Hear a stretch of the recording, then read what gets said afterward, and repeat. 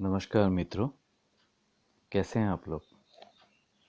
मित्रों, आप लोगों को हमारे वीडियोस कैसे लग रहे हैं? आप ज़रूर कमेंट्स में अपने ओपिनियंस शेयर कीजिएगा और हमारे चैनल को यूं ही अपना प्यार देते रहिए। वीडियोस को लाइक्स दीजिए और शेयर कीजिए और हमारे चैनल को सब्सक्राइब करते रहिए। तो दोस्तों, आज हम एक और नई कहानी सुनेंगे, जो कि कहानी छपा था ये कल्याण पत्रिका में, और इसकी लेखिका हैं श्रीमती जयंती शर्मा।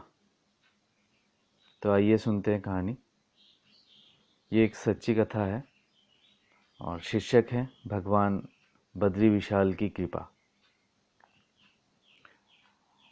मेरे पति जून 2010 ईस्वी में रक्षा विभाग से सेवानिवृत्त होने वाले थे।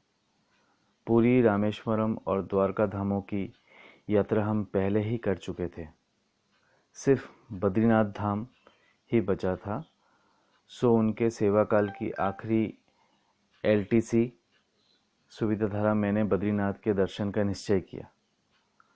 अमरनाथ मुंबई से हम हरिद्वार आए और वर्ष 2009 ईस्वी की कार्तिक पूर्णिमा पर हर की पौड़ी में स्नान और दीपदान आदि के बाद अगले दिन हम कार द्वारा बद्रीनाथ धाम के लिए रवाना हो गए। देवभूमि के चमोली, देवप्रयाग एवं रुद्रप्रयाग स्थानों से होते हुए हम शाम ढलते जोशीमठ पहुंच गए। रात्रि विश्राम जोशीमठ में ही करने के बाद प्रातः पुनः यात्रा शुरू हुई। 30-35 किलोमीटर दूर स्थित बद्रीनाथ हम 1.5 घंटे में पहुंच गए। ड्राइवर हमें मंदिर के पास ही उतारकर गाड़ी ठीक कराने चला गया। लगभग 100 मीटर की ये दूरी पार करने में मेरी जान पर आ गई।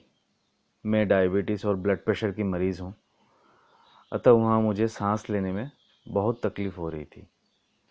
घिसटते घिसटते 1.25 घंटे में हम मंदिर परिसर में पहुँचे। दर्शन के पहले तप्त कुंड में स्नान करने की परंपरा है। आसपास नर और नारायण पर्वतों पर जमी बर्फ के साथ तप्त कुंड के गर्म पानी का सामंजस्य सिर्फ प्रभु की लीला ही लगती है।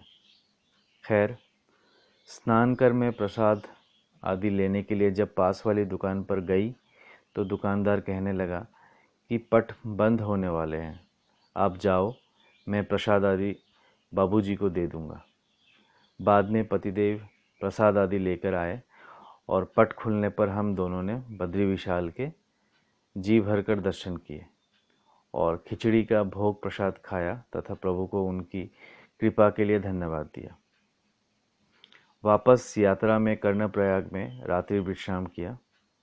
दूसरे दिन प्रातः पुनः यात्रा प्रारंभ कर श्रीनगर की धारी देवी के दर्शन करते हुए शाम तक हरिद्वार लौट आए तथा रात्रि 9 बजे स्लीपर बस से हम मथुरा और ब्रजभूमि के दर्शन के लिए चल दिए। हम थके थे, सो शीघ्र ही नींद आ गई। बस हाईवे पर सरपट भागी जा रही थी। एकाएक मेरी नींद घबराहट के कारण खुल गई और मैंने पतिदेव को झकझोर कर उठा दिया। ये घबरा गए कि एक्सीडेंट तो नहीं हो गया, पर जब सब नॉर्मल देखा तो पूछने लगे कि क्या हो गया।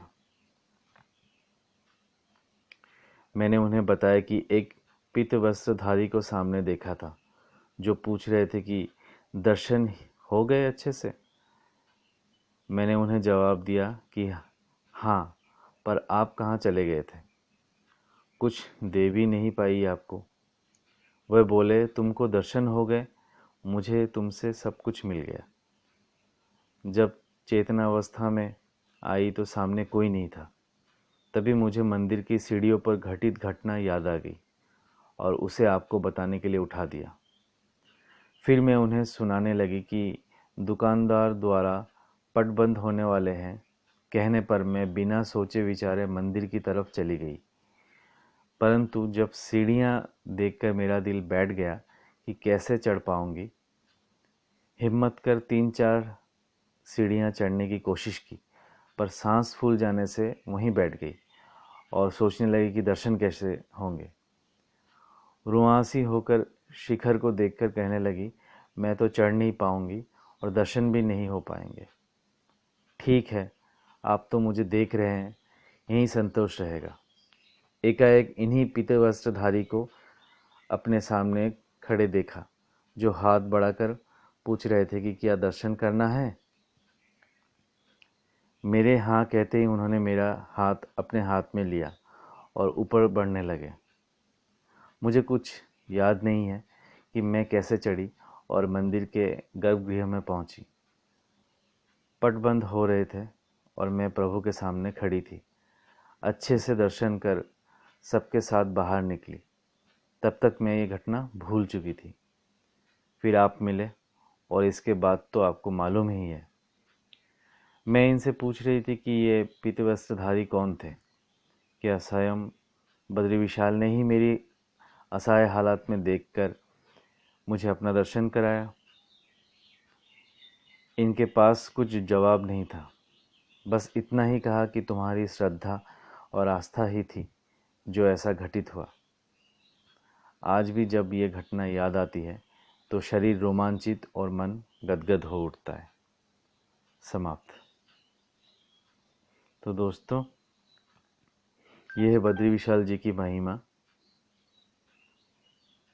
कैसे भक्त की शारीरिक कष्टों के लिए जो उनकी इच्छा के आगे बाधा बन रही थी, वो बाधा बद्री विशाल ने दूर कर दिया और दर्शन कराने में सहायता की। तो ये है बद्री विशाल जी की महिमा। आइए हम उनकी आराधना में मग्न हों और उनसे अपनी कृपा, अपने लिए कृपा प्राप्त करते रहें। मित्रों, आप यूं ही हमारे वीडियोस पसंद करते रहिए, हमें अपना प्यार देते रहिए और हमारे चैनल को सब्सक्राइब ज़रूर कीजिएगा। धन्यवाद दोस्तों।